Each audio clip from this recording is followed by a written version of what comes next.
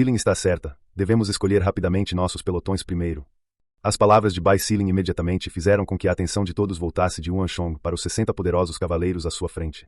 O trio conduziu seus corcéis animadamente e rapidamente escolheu seus próprios pelotões.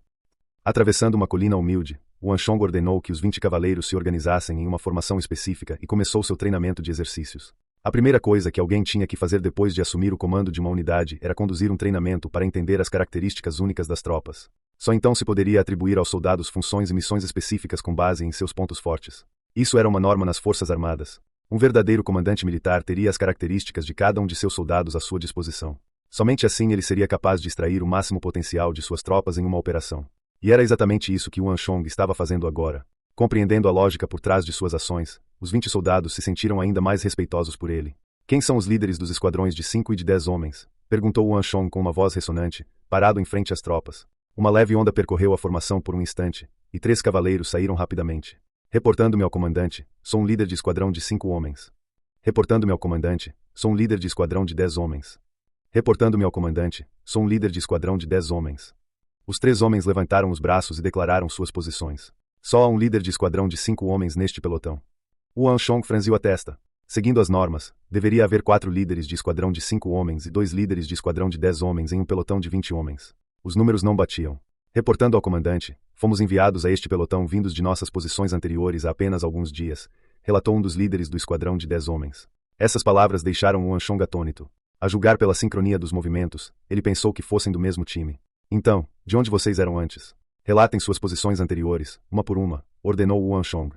O que se seguiu deixou Yuan Shong ainda mais surpreso.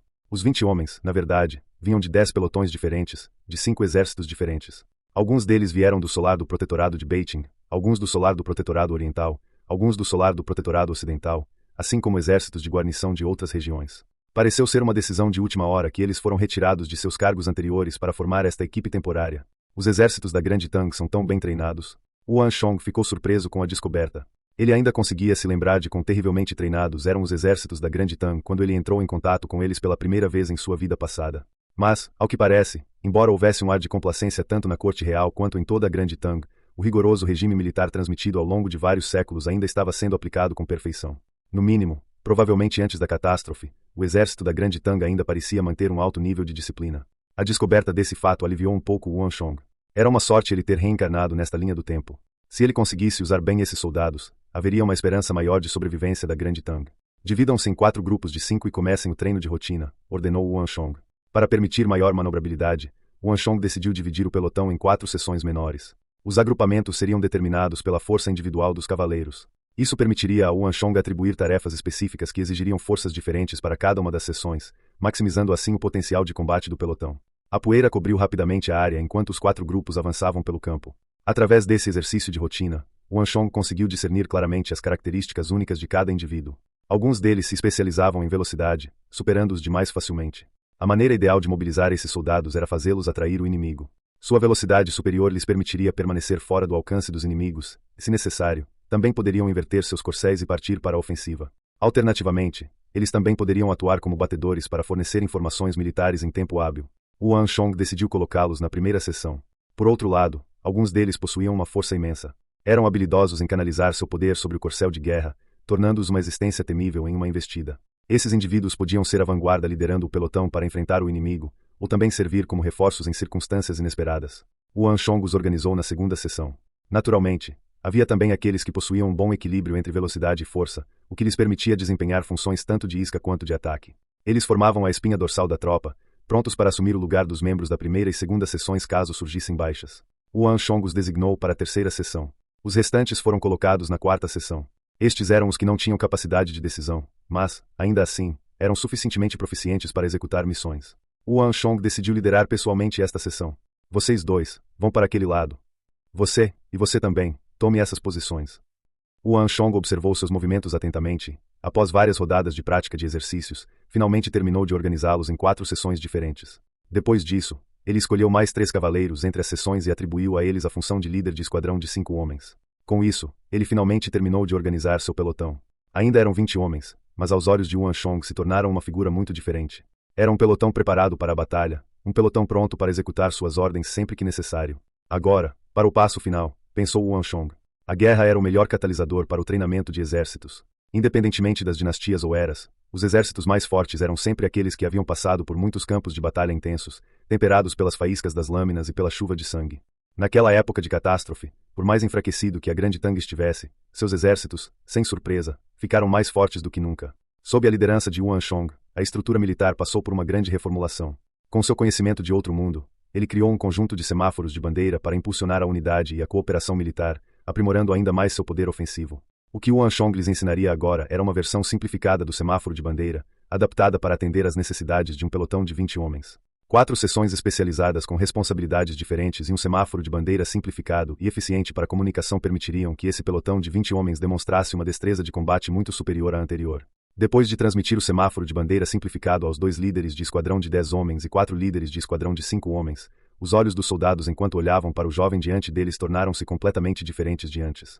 Inicialmente, quando Yuan Shong chegou, eles só o respeitavam devido ao seu conhecimento de assuntos militares, diferentemente dos outros jovens mestres e jovens senhorita dos campos de treinamento. No entanto, quando terminaram de aprender o semáforo da bandeira, seus olhos já brilhavam de espanto. Nesse momento, começaram a se perguntar quem seria o jovem brilhante à sua frente. Senhor, posso perguntar o seu nome? Perguntou de repente um líder de esquadrão de 10 homens, que se adiantou irrespeitosamente. Como veterano do exército, como ele poderia não entender o significado do semáforo da bandeira? No campo de batalha, as oportunidades surgiam e desapareciam em instantes. Por isso, dizia-se que o timing era a chave para uma batalha. O menor atraso podia fazer uma grande diferença no resultado. A estrutura de comando militar foi gradualmente desenvolvida e aperfeiçoada ao longo de gerações, portanto, aprimorá-la não foi tarefa fácil. No entanto, o semáforo de bandeira de Yuan Shong era um meio de comunicação simples e eficiente, e não havia dúvidas de que faria maravilhas no campo de batalha. Meu nome é Yuan Shong. Sou filho do general Wang Yan. Sabendo o que os soldados estavam pensando, Yuan Shong respondeu honestamente. Você é, jovem mestre Yuan. O líder do esquadrão de 10 homens que fizera a pergunta arregalou os olhos em choque. No mesmo instante, murmúrios chocados ecoaram pelo pelotão. Como homens que haviam dedicado suas vidas ao campo de batalha, eles tinham pouco conhecimento da política da corte real. Mesmo assim, o enorme caso envolvendo o incidente dos comandantes regionais chegou aos seus ouvidos. Além disso, o clã Wan também tinha laços intrincados com os militares, seja com o profundamente respeitado Duque Gil ou com o general Wang Yan. Basta que você saiba, não precisa espalhar por aí, disse Yuan Shong com um sorriso. Ele percebeu com atenção as mudanças nos olhares dos soldados ao revelar sua identidade. Parecia que o clã Wan ainda detinha imenso prestígio dentro do exército. Entendido. Senhor, não precisa se preocupar. Sabemos o que devemos fazer. Como Yuan Shong vinha de um clã militar tão ilustre, não era de se admirar que ele tivesse um conjunto tão eficaz de semáforos para bandeiras. Instintivamente, os soldados atribuíram o desenvolvimento do semáforo ao clã Wan. Os outros ainda desconhecem a identidade do senhor? Perguntou o líder do esquadrão de 10 homens, ao pensar repentinamente em algo. Inconscientemente, seus olhos se voltaram para Shugan e os outros, que estavam do outro lado da montanha. A julgar pela situação anterior, parecia que o relacionamento entre Yuan Shong e os outros não era muito bom. É só um pequeno mal-entendido, não é nada preocupante. Yuan Shong balançou a cabeça. Entendido. Apesar das palavras de Yuan Shong, a hostilidade ainda surgia nos olhos dos soldados enquanto eles olhavam na direção de Shugan e dos outros. O clã Wan era profundamente respeitado dentro do exército. Além disso, considerando a reputação honesta e incorruptível que o clã Wan havia construído ao longo de inúmeras décadas sob a liderança do Duque Gil, eles não tinham dúvidas de que esse mal-entendido era um erro dos outros. Certo, vamos praticar um pouco mais antes de voltar. Concentrem seus esforços em se coordenar, instruiu Yuan Shong. Sim, senhor. Logo, os soldados retornaram ao treinamento. É preciso dizer que esses veteranos eram realmente muito bem treinados. Com apenas algumas práticas, eles já haviam compreendido o semáforo da bandeira de Yuan Shong. Quanto à sua força, observando os halos quase tangíveis sob os cascos dos corcéis durante o ataque, Yuan Shong de repente percebeu que ficaria em segundo plano nas batalhas, desempenhando apenas um papel de comando neste pelotão.